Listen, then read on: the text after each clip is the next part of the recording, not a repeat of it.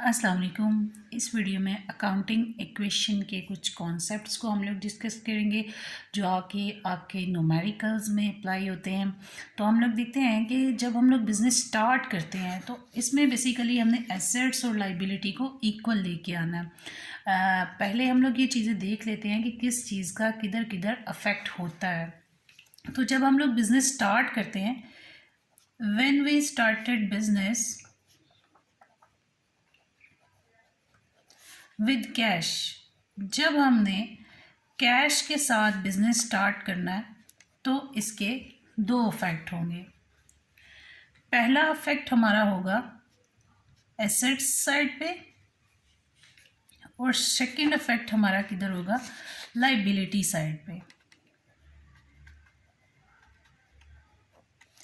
Liability plus owner equity. तो asset side पे क्या होगा, हम लोग बिजनेस स्टार्ट कर रहे हैं कैश से, तो कैश हमारा एसेट है। तो जब भी हम बिज़नेस स्टार्ट करते हैं, विद कैश हो, बिल्डिंग हो, मशीनरी हो, स्टॉक हो, डेटर्स हो, हम उन सारी अमाउंट्स को टोटल करते हैं और अगर लाइबिलिटी गिवन हो तो उसमें क्रेडिटर को लेस करके जो अमाउंट आती है वो हमारा कैपिटल होता है। जब हम रनिंग बिजनेस को परचेज करते हैं उस केस में ये चीज़ आती है। तो अभी हम देखते हैं कि हमने कैश से बिज़नेस स्टार्ट किया है, तो कैश जो है वो हमारा इंक्रीज़ हो जाएगा, हमारा एसेट है, इसमें हम लोग कैश की अमाउंट को ऐड कर देंगे और इसके साथ हमारी कैपिटल की अमाउंट भी इंक्रीज़ हो जाएगी। जो हमारे पास ऑनर्स इक्विटी है वो हमारे पास इंक्रीज़ हो जाएगी। जितने से फॉर एग्जांपल कैश की अमाउंट 100,000 है तो कैपिटल भी 100,000 से इंक्रीज होगा। अब देखिए एसेट साइड पे भी 100,000 है और liability plus owner equity, liability plus owner equity ये भी 1 लाख से, तो दोनों इक्वल हैं। यहाँ पे हमारी एसेट साइड और हमारी लाइबिलिटी साइड इक्वल है। ऐसे ही हम एक और ट्रांजैक्शन देख लेते हैं। When we purchased machinery for business, हमने बिजनेस पर्पस के लिए, बिजनेस पॉइंट ऑफ व्यू से मशीनरी परचेज की है। मशीनरी हमारे पास क्या है, एसेट है। मैंने आपको ये पहले वीडियो में बताया है कि हमारे पास कौन कौन से एसेट्स हैं और कौन कौन सी लाइबिलिटीज़ हैं। तो मशीनरी हमारे पास एसेट्स में है। हम लोग इसको एसेट्स की हेडिंग में लिखेंगे, ठीक है। इसमें हम लोग मशीनरी को लिखेंगे और इसकी जितनी भी अमाउंट होगी वो हम लोग इसमें मेंशन कर देंगे। इस साइड पे लाइबिलिटी प्लस ऑनर्स इक्विटी। तो जब हम लोग बिजनेस में मशीनरी लेके आ रहे हैं तो इसका क्या है कि एक साइड से तो एसेट्स इंक्रीज हो रहे हैं और हमने पैसे दे के मशीनरी खरीदी है, तो जो कैश होगा वो उतनी अमाउंट से रिड्यूस हो जाएगा। तो कैश हमारा उतनी अमाउंट से माइनस कर देंगे और मशीनरी में हम वो अमाउंट ऐड कर देंगे। लेकिन इस चीज़ का अफेक्ट ना तो लाइबिलिटी पे है ना ही ऑनर्स इक्विटी पे है। इन दोनों पे इसका कोई अफेक्ट नहीं होगा क्योंकि हमने मशीनरी खरीदी है, पैसे दे के खरीदी है। इस रूल का तो आपको पता ही होगा कि जब हम लोग चीज़ों को परचेज़ करते हैं और उसके साथ फॉर कैश मेंशन हो तो वो फॉर कैश ही होती है। अगर फॉर कैश मेंशन नहीं है और ना ही किसी पर्सन का नाम उसमें मेंशन है तो इसका मतलब है फिर भी वो फॉर कैश ही है। अगर फॉर कैश मेंशन नहीं है और साथ किसी पर्सन का नाम मेंशन है तो वो क्रेडिट बेस पे होगी, और अगर साथ ऑन अकाउंट या ऑन क्रेडिट है फिर तो ऑब्वियसली वो क्रेडिट बेस पे है। अब हम लोग इसकी थर्ड ट्रांजैक्शन देखते हैं कि हम लोग क्या करें। अगर हम लोग फर्नीचर खरीदते हैं for cash, when we purchased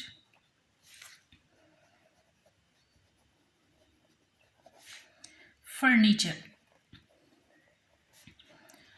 अब हमने फर्नीचर खरीदा, तो फर्नीचर भी हमारे पास क्या है, एसेट है। हम लोग एसेट्स की हेडिंग में ही फर्नीचर को लिखेंगे। लाइबिलिटी पे इसका देखेंगे कि कोई अफेक्ट होता है या नहीं होता। तो ऑनर्स इक्विटी पे भी चेक करेंगे। अब देखें, हमने फर्नीचर परचेज किया है, फर्नीचर हमारा एसेट है, इसे हमने एसेट्स की हेडिंग में लिखा और इसके बदले में आप दे क्या रहे हो, कैश।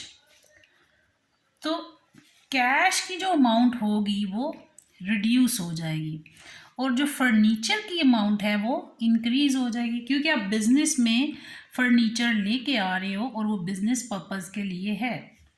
हमने उधार नहीं खरीदा, हमने इसमें कोई क्रेडिट बेस नहीं है, कोई अकाउंट का वर्ड यूज़ नहीं हुआ। इट्स मीन इसका इधर भी कोई इफेक्ट नहीं, इधर भी कोई इफेक्ट नहीं होगा। अब हम लोग इसका फोर्थ कॉन्सेप्ट देखते हैं।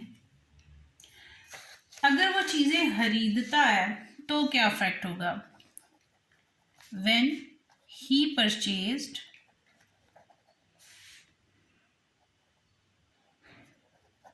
Stock of goods for cash. अब उसने चीज़ें खरीदी हैं, अब हम उसकी परचेजेस का अफेक्ट देखेंगे कि वो जब चीज़ें खरीदता है तो किधर अफेक्ट होगा।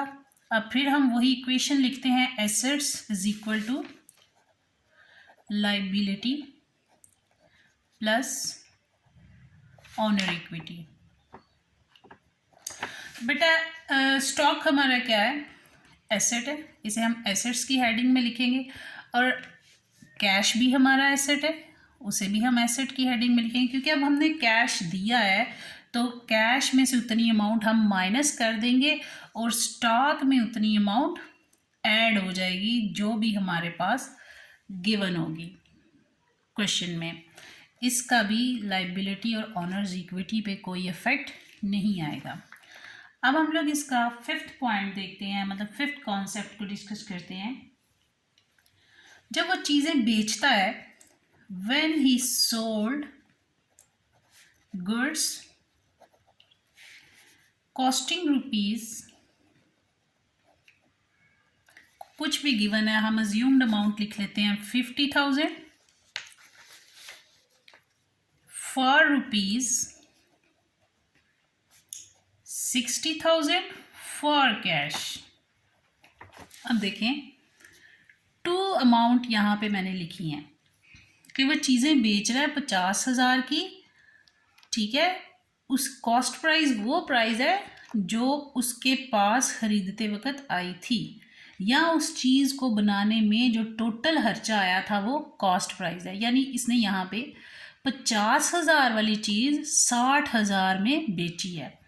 अब बेटा हम फिर इक्वेशन लिखते हैं, ये जस्ट आपको समझाने के लिए बार बार इक्वेशन लिख रही हूँ। जब हम न्यूमेरिकल करेंगे तो उसमें हमने एक ही दफ़ा लिखनी है, बार बार हमने नहीं लिखनी है। Assets is equal to liability plus owner's equity. अब हमने चीज़ें बेची हैं तो जो हमारे पास स्टॉक होगा, जिसे हम गुड्स भी कहते हैं, उस पर इफेक्ट होगा, ठीक है। कैश पे भी इफेक्ट होगा। बेटा जब भी आपने कॉस्ट प्राइस देखनी है, आपने गुड्स को कॉस्ट प्राइस से रिड्यूस करना। मैं इसके साथ मेंशन कर देती हूँ, ये किस प्राइस से रिड्यूस होगी, कॉस्ट प्राइस से।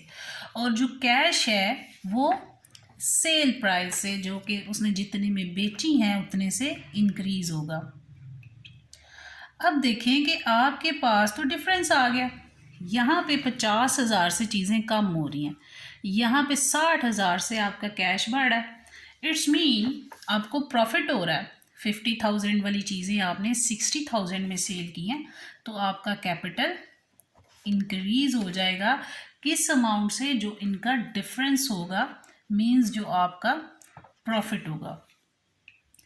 कैपिटल पे जो चीज़ें इफेक्ट करती हैं वो आपके प्रॉफिट्स हैं, वो आपकी न्यू इन्वेस्टमेंट है, आपके लॉस हैं, एक्सपेंसेस हैं, वो चीज़ों से कैपिटल रिड्यूस होगा। जस्ट प्रॉफिट से और न्यू इन्वेस्टमेंट से कैपिटल इंक्रीज होगा। अब हम लोग इसके 6 पॉइंट को देखते हैं, 6 कॉन्सेप्ट को देखते हैं कि उसमें हम लोग अगर चीज़ें खरीदते हैं क्रेडिट बेसिस पे, when he purchased goods on credit basis. अब क्रेडिट बेसिस पे चीज़ें खरीदी हैं, उधार खरीदी हैं आपने, ठीक है। इक्वेशन लिख लेते हैं।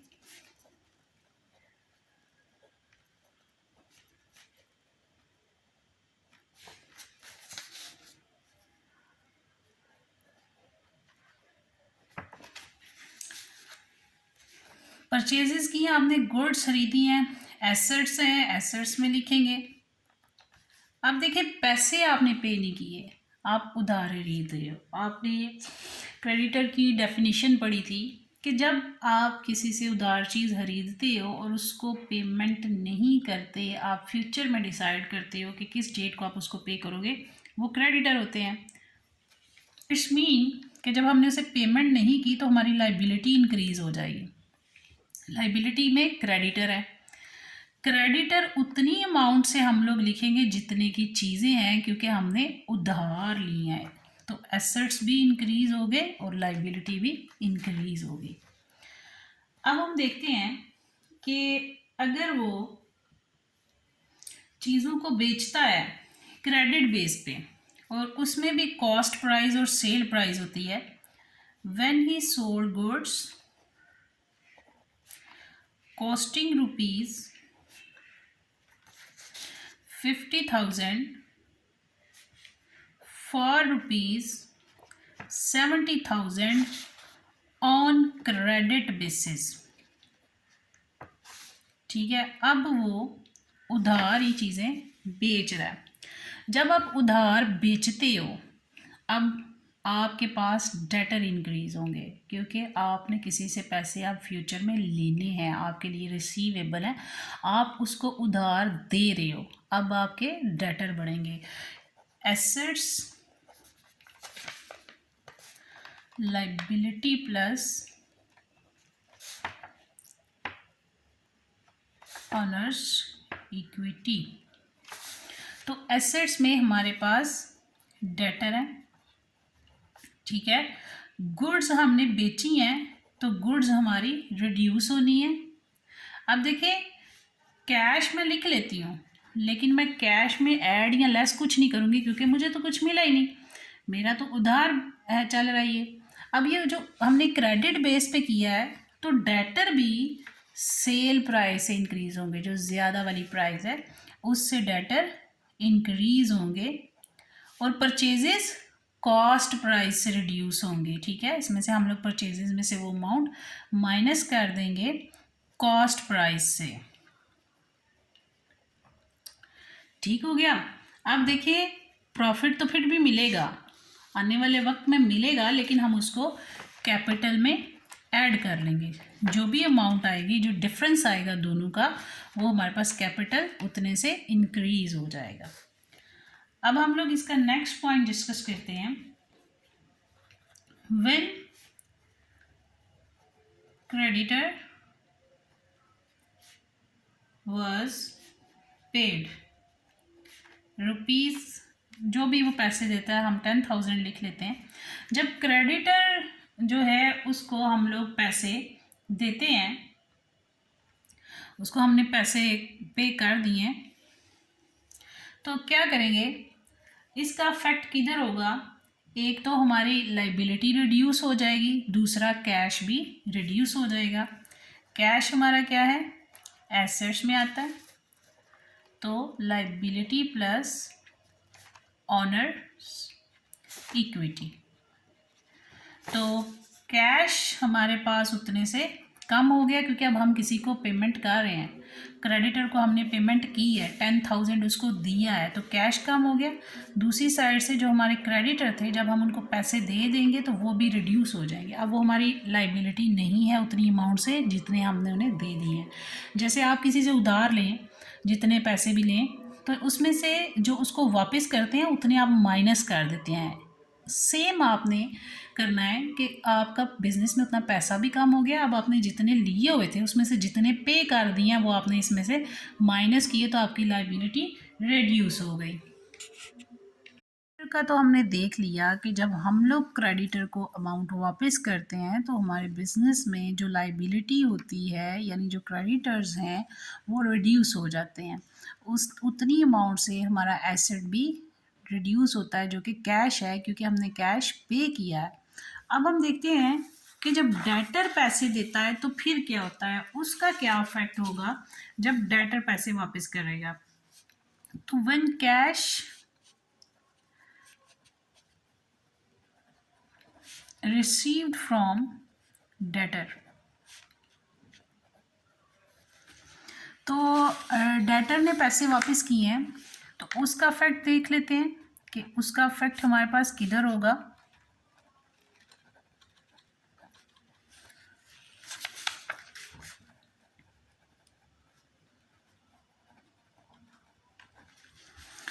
देखिए कैश हम लोग अब रिसीव कर रहे हैं, कैश भी एसेट है, ठीक है, और डेटर्स भी हमारे पास क्या है, एसेट्स हैं।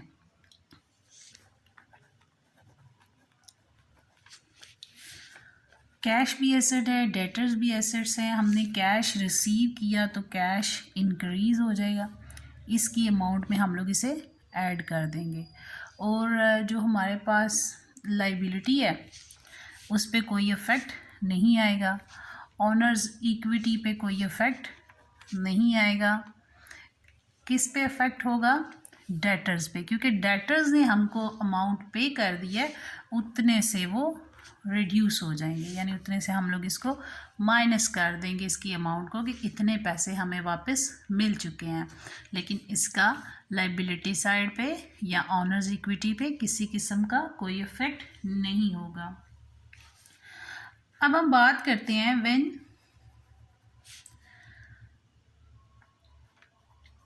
गुड्स कॉस्टिंग रुपीस जो भी गिवन हो वर लॉस्ट बाय फायर,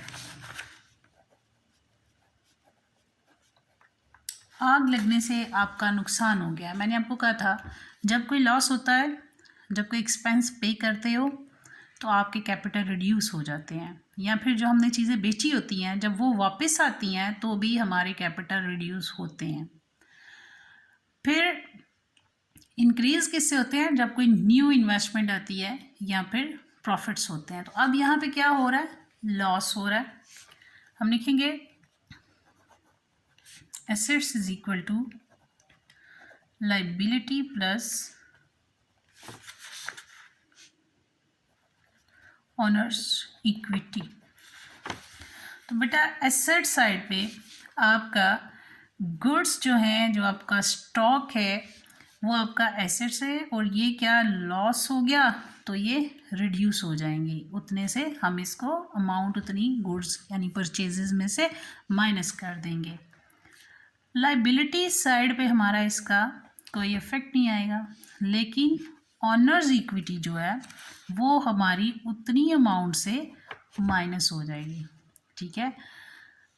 कैश पे कोई इफेक्ट नहीं आएगा, क्योंकि हमें ना तो कैश मिला ना हमने पे किया, हमारी चीज़ों का नुकसान हुआ है, हमारे बिजनेस में से उतनी रिड्यूस हो गई, तो हम लोग गुड्स में से माइनस कर देंगे और ऑनर्स इक्विटी भी उतनी माइनस कर देंगे। अब हम इसका नेक्स्ट कॉन्सेप्ट देखते हैं कि अगर हम लोग एक्सपेंसेस वगैरह पे करते हैं, व्हेन वी पे सैलरीज और रेंट अगर आप पे करते हो या फिर आप बिल पे करते हो या फिर कोई भी ऐसे एक्सपेंसेस जो आपके बिजनेस को पे करने पड़ते हैं, उससे क्या होता है, उससे हमारे दो इफेक्ट होंगे, एक एसेट्स पे, दूसरा ऑनर्स इक्विटी पे।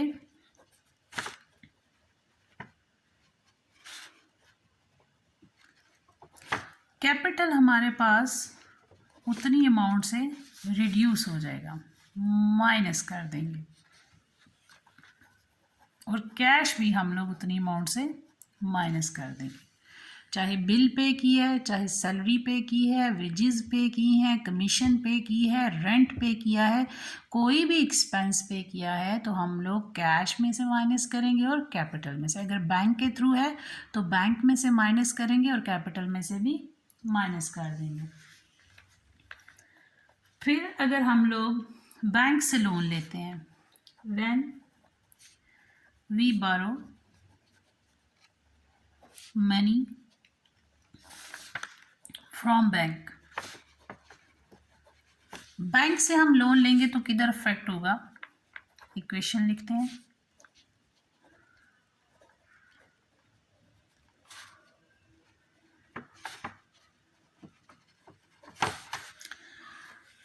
बैंक लोन लिया, कैश हमारे पास आ गया, ठीक है, कैश आपका एसेट है, इंक्रीज हो जाएगा, इसमें ऐड हो गया, लेकिन अब ये हमारी रिस्पॉन्सिबिलिटी भी तो है, हमने फ्यूचर में ये पैसे वापस करने हैं। तो बैंक लोन क्या है, ये लाइबिलिटी। अगर जस्ट बैंक का वर्ड आता कि हमने बैंक में पैसे डिपॉजिट करवाए हैं, जैसे आ गया, चलिए वो भी ट्रांजैक्शन करते हैं अभी। तो बैंक लोन अगर हम लोग लेंगे तो हमारी लाइबिलिटी उतने से इंक्रीज हो जाएगी। अब अगर हम लोग लिखते हैं व्हेन वी डिपॉजिट मनी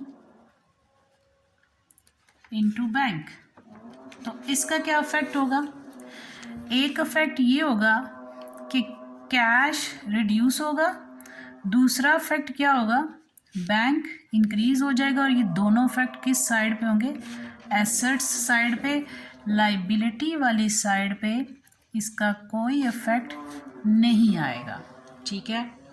इसी तरह जब हम लोग जो चीज़ें बेची हुई हैं वो वापस आ जाती हैं, when goods are return by supplier, तो इसका क्या इफेक्ट होगा, एसेट्स पे भी होगा और लाइबिलिटी वाली साइड पे भी अफेक्ट होगा। क्या इफेक्ट होगा कि गुड्स में तो ऐड हो जाएंगी, तो गुड्स हमारी इंक्रीज होंगी, इंक्रीज भी कितने से होंगी, जो कॉस्ट प्राइस से होंगी। जब चीज़ें हमारे पास जो सेल की हैं तो वापस आती हैं तो वो कॉस्ट प्राइस से चीज़ों में ऐड होंगी, और जो हमारे पास सेल प्राइस होगी उतने से कैश माइनस होगा। अब इन दोनों की अमाउंट में जो डिफरेंस होगा उतने से हमारा कैपिटल भी माइनस हो जाएगा, क्योंकि हमने जो चीज़ें बेची थी उसमें से कुछ चीज़ें वापस आ गई हैं। तो जब हमने प्रॉफिट तो ऐड किया था टोटल का, अब जो वापस आई हैं वो उतनी जो अमाउंट का डिफरेंस होगा वो हम लोग इसमें से माइनस कर देंगे कि अब इतने से कैपिटल रिड्यूस हो गया। इसके साथ हमारे इसके अकाउंटिंग इक्वेशन के मैक्सिमम पॉइंट्स जो हैं वो कंप्लीट होते हैं। अगर स्टिल आपको कोई प्रॉब्लम हो तो आप लोग पूछ सकते हैं। थैंक यू, अल्लाह हाफिज़।